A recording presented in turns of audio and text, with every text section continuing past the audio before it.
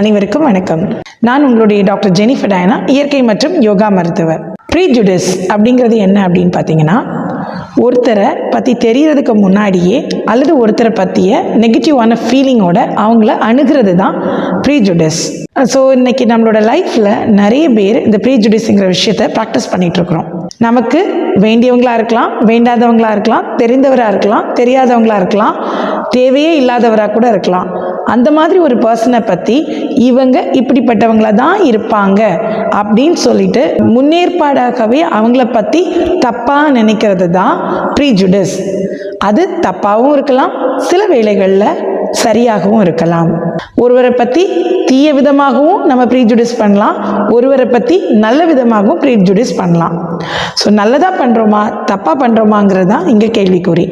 ஒரு நல்ல மனிதராக இருப்பார், அவரை பற்றி தவறான ஒரு எண்ணத்தோடவே நம்ம பார்க்கும்போது அது தவறாக போயிடுது.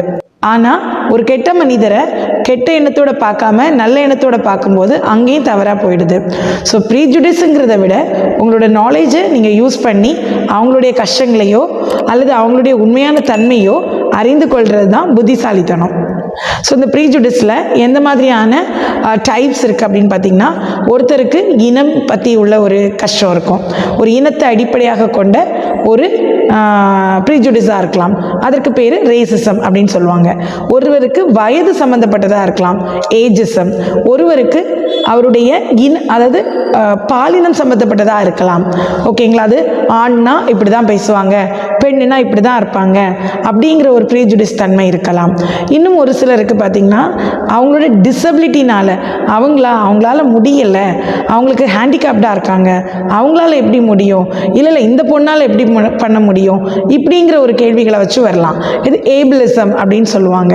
ஸோ இந்த மாதிரி ஏதோ ஒரு சூழ்நிலையில் ஒருத்தரை தவறாக கணிக்கக்கூடிய அந்த முறைக்கு பேர் தான் ப்ரீஜுடிசம்.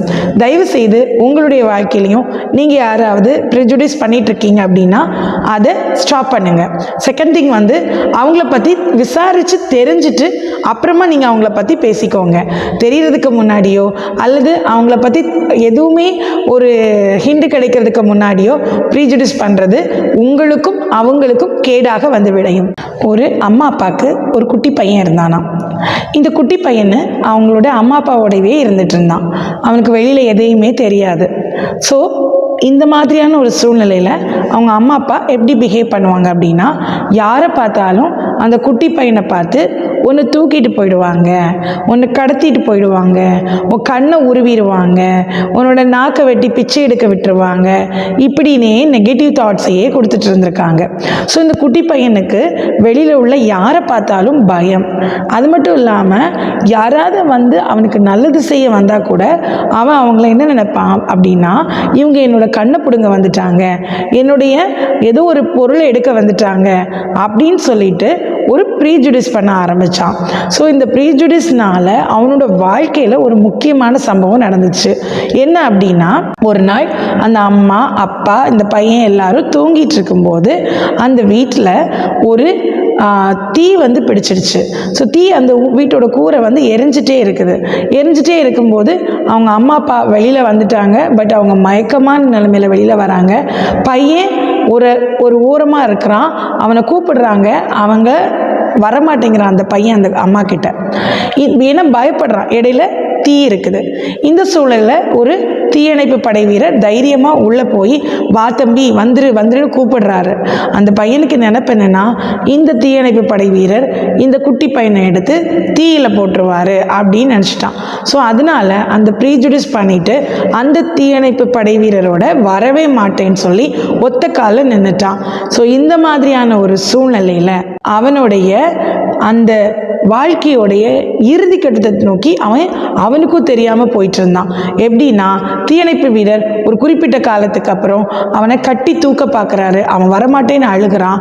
ஆனாலும் அவனுக்கு இது தன்னுடைய வாழ்நாளோட கடைசி நாளாக இருக்குமோ அப்படின்னு கூட தெரியாமல் ப்ரீஜுடிஸ் பண்ணி அவன் அந்த ஃபயர் ஃபைட்டர் கூட போகிறதுக்கு முடியாதுன்னு சொல்கிறான். பட் அவர் ரொம்ப பெரியவர், இவர் ரொம்ப குட்டி, அதனால் ஈஸியாக கட்டி பிடிச்சி தூக்கிட்டு வந்து வெளியில் விட்டுட்டாங்க. இப்போ இப்போது அவங்க அம்மா அப்பா கிட்ட அந்த பையன் சொல்கிறான், அம்மா நீங்கள் தான் சொன்னீங்களே இந்த ஃபயர் ஃபைட்டர் மாதிரிப்பட்ட புதுசான ஆட்கள் அல்லது யாருன்னே தெரியாதவங்க என்னை கூப்பிட்டா போகக்கூடாது, அவங்க உனக்கு தீமை செய்வாங்கன்னு சொன்னீங்களே, பட் இவர் என்னை தூக்கிட்டு வந்து காப்பாற்றிட்டாரேன்னு கேட்கும்போது அந்த அப்பா அம்மாவால் பதில் சொல்ல முடியலை. ஸோ இதே மாதிரி தான் நாமும் பல இடங்களில் ப்ரீஜுடிஸ் பண்ணி ஒரு சில நன்மையான விஷயங்களை இழந்துட்டுருக்குறோம். இந்த பையனுக்கு சின்ன பையனாக இருந்தால் அவர் ரொம்ப பெரிய ஆளாக இருந்ததுனால அந்த பையனை கட்டுப்பிடிச்சி தூக்கிட்டு வந்து வெளில விட்டுட்டாரு, தீயிலேருந்து காப்பாற்றிட்டாரு. பல வேளைகளில் நம்மளும் பெரியவங்களாக இருக்கிறோம், ஆப்போசிட்டில் இருக்கிறவங்களும் பெரியவங்களாக இருப்பாங்க இல்லை சின்னவங்களாக இருப்பாங்க, நம்மளை தூக்கி கொண்டு வந்து வெளியில் விட முடியாது. அப்படி விட முடியாத சூழ்நிலைகளில் நாம் பிரச்சனையில் மாட்டிக்குவோம். ஸோ ப்ரீஜுடிஸுங்கிறது எல்லா இடத்துலையும் சரியாக இருக்காது. இவங்க இப்படி தான் அப்படின்னு சொல்லி ப்ரீடிஃபைன் பண்ணிவிட்டு அதை வச்சு நம்ம காய் நகர்த்துறது மிக மிக தவறான ஒரு விஷயம். ஸோ உங்களுடைய வாழ்க்கையில் இந்த விஷயத்தை ஃபாலோ பண்ணிகிட்டு இருந்தாலும் அதை விட்டுடுங்க. உங்களுடைய குழந்தைங்க வாழ்க்கையில் அதை கற்றுக் கொடுக்காதீங்க, இன்கார்பரேட் பண்ணாதீங்க. எல்லாத்துக்கும் மேலாக இந்த மாதிரி ப்ரீஜுடிஸ் பண்ணக்கூடியவங்க, ப்ரீடிஃபைன் பண்ணக்கூடியவங்க, இல்லை நான் ரொம்ப அழகாக கண்டுபிடிச்சிடுவேன் அப்படின்னு சொல்லிட்டு தெரிவாங்கல்ல உங்களோட ஃப்ரெண்ட்ஸ் அண்ட் ரிலேட்டிவ்ஸ், அவங்களுக்கு இந்த வீடியோ ஷேர் பண்ணி எல்லா நேரத்திலையும் இது ஒத்து வராது, ஒரு சில நேரங்களில் கை கொடுத்தாலும் பல நேரங்களில் ஒத்து வராது, இது பிரச்சனைக்குரிய ஒரு விஷயம் அப்படின்னு சொல்லி அவங்களுக்கு சொல்லுங்கள். தொடர்ந்து ஆதரவு கொடுங்க. நன்றி, வணக்கம்.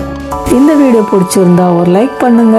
வீடியோ பற்றின கருத்துக்களை கமெண்ட் பாக்ஸில் சொல்லுங்க. மாஸ்டர் மனோ சேனலை சப்ஸ்கிரைப் பண்ணாதவங்க சப்ஸ்கிரைப் பண்ணிக்கோங்க. Stay healthy, stay happy. Thank you for வாட்சிங்.